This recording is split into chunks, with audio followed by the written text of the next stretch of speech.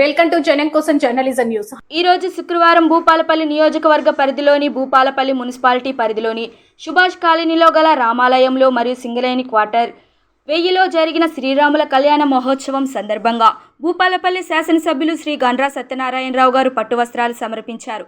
అనంతరం గణపురం మండలంలోని ధర్మరావుపేట, బుద్దారం, బసవరాజుపల్లి, చెల్పూర్, మైలారం గ్రామాలలో మరియు కొత్తపల్లి గోరిమండల కేంద్రాలలోని రామాలయంలో శ్రీరామనవమి సందర్భంగా దేవాలయాల్లో ప్రత్యేక పూజల్లో పాల్గొన్నారు. ఈ సందర్భంగా ఎమ్మెల్యే గారు మాట్లాడుతూ శ్రీ సీతారాముల కళ్యాణ మహోత్సవం మన సంస్కృతికి సాంప్రదాయాలకు ప్రతిగా నిలిచే పవిత్రమైన వేడుకని తెలిపారు. ఈ మహోత్సవం ద్వారా సమాజంలో శాంతి, ధర్మం మరింత బలపడాలని ఆకాంక్షించారు. ప్రతి ఇంట శ్రీరాముని ఆశీస్సులు ఉండాలని, ప్రజలందరూ సుఖ సంతోషాలతో జీవించాలని కోరుకున్నారు. అలాగే ఇలాంటి ఆధ్యాత్మిక కార్యక్రమాలు ప్రజలను ఒకే తాటిపై తీసుకుని వస్తాయని, భక్తి భావాన్ని పెంపొందిస్తాయని పేర్కొన్నారు. ప్రభుత్వం ఎల్లప్పుడూ దేవాలయాల అభివృద్ధికి కట్టుబడి ఉందని, భక్తులు మరింత సౌకర్యాలు కల్పించే దిశగా చర్యలు తీసుకుంటామని ఎమ్మెల్యే గారు తెలిపారు.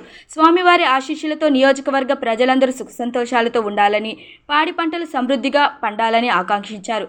ఈ కార్యక్రమంలో ఎమ్మెల్యే గారి వెంట భూపాలపల్లి మున్సిపల్ చైర్మన్ శ్రీ బుర్రా కోమరయ్య గౌడ్ గారు, వైస్ చైర్మన్ శ్రీ అంబాల శ్రీనివాసరావు గారు, మున్సిపల్ కౌన్సిలర్ సింగనేని జిఎం గారు, ఆయా మండలాల కాంగ్రెస్ పార్టీ నాయకులు, గ్రామ ప్రజలు తదితరులు పాల్గొన్నారు.